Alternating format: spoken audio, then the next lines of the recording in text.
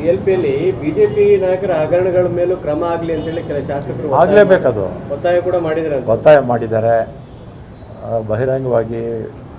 ನಾನು ಕೂಡ ಹೇಳ್ತೀನಿ, ಹಿಂದೆ ಅವ್ರ ಮೇಲೆ ಏನೇನು ತಪ್ಪುಗಳು ಮಾಡಿದ್ರು ಅದೆಲ್ಲ ಬಿಟ್ಟಿಲ್ಲ, ಯಾವುದೂ ಎಲ್ಲ ನಡೀತಾ ಇದೆ. ಕೆಲವರು ಸ್ಟೇಗಳು ತೊಗೊಂಡಿದ್ದಾರೆ ಹೈಕೋರ್ಟಲ್ಲಿ, ಕೆಲವರು ಸುಪ್ರೀಂ ಕೋರ್ಟಲ್ಲಿ ಸ್ಟೇಗಳು ತೊಗೊಂಡಿದ್ದಾರೆ. ಅದೆಲ್ಲ ಸ್ಟೇಗಳೆಲ್ಲ ವೆಕೇಟ್ ಮಾಡಿಸಿದ್ರೆ ಅವ್ರ ಮೇಲೆ ಇರ್ತಕ್ಕಂಥ ಹಗರಣಗಳು ಎಲ್ಲ ಆಚೆ ಬರಲಿ. ಆಚೆ ಬಂದಾಗ ಏನಾಗುತ್ತೆ, ಇದೆಲ್ಲ ಬಿ ಜೆ ಪಿಯವರು ಹರಿಶ್ಚಂದ್ರರು ಅಂತ ಹೇಳ್ಕೊಳ್ತಾರಲ್ಲ, ಅವ್ರು ಮಾಡಿರ್ತಕ್ಕಂಥ ಹಗರಣಗಳು ಆಚೆ ಬರಬೇಕಲ್ಲ. ನಿಮ್ಮಲ್ಲೇ ಕೆಲವರು ಧೈರ್ಯ ಮಾಡ್ತಾ ಇಲ್ಲ ಅವ್ರ ಮೇಲೆ ಕ್ರಮ ಮಾಡಲಿಕ್ಕೆ ಅಂತ. ಯಾಕಂದರೆ PSI ರಿಪೋರ್ಟ್ ಕೊಟ್ಟರು ಕೂಡ ಕ್ಯಾಬಿನೆಟ್ಗೆ ಬಂದರೂ ಸಬ್ಜೆಕ್ಟ್ ಬಗ್ಗೆ ತೀರ್ಮಾನನೇ ಆಗಲಿಲ್ಲ. ಆಗಬೇಕು, ಆಗದೆ ಇರೋದೇ ನಿಧಾನ ಆಗಿದ್ದೇ ತಪ್ಪಾಗುತ್ತಾ ಇರ್ತಕ್ಕಂಥದ್ದು. ಏನಾಗಿದೆ ಅಂದರೆ,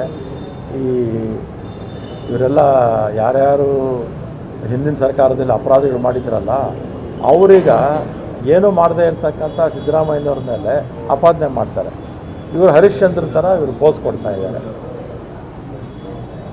ಸರ್, ಈಗ ಕೇಂದ್ರದ ಬಿಜೆಪಿ ನಾಯಕರು ಭ್ರಷ್ಟಾಚಾರ ಸಹಿಸಲ್ಲ ಅಂತ ಹೇಳ್ತಾರೆ. ಕಡೆ ಕುಮಾರಸ್ವಾಮಿ ವಿಚಾರದಲ್ಲಿ ಯಾಕೆ ಸರ್ ಮೌನವಾಗಿಲ್ಲ? ಯಾರು? ಕ್ಯಾಬಿನೆಟ್ಟಲ್ಲಿ ತೀರ್ಮಾನ ಆಗಿದೆಯಲ್ಲ, ಕ್ಯಾಬಿನೆಟ್ಟಲ್ಲೇ ತೀರ್ಮಾನ ಆಗಿದೆ.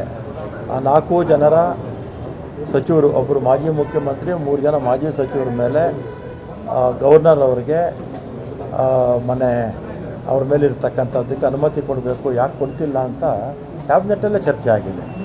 ಯಾರ ಬಗ್ಗೆ ಏನು ಸಾಫ್ಟ್ ಕಾರ್ನರ್ ಏನೂ ಇಲ್ಲ.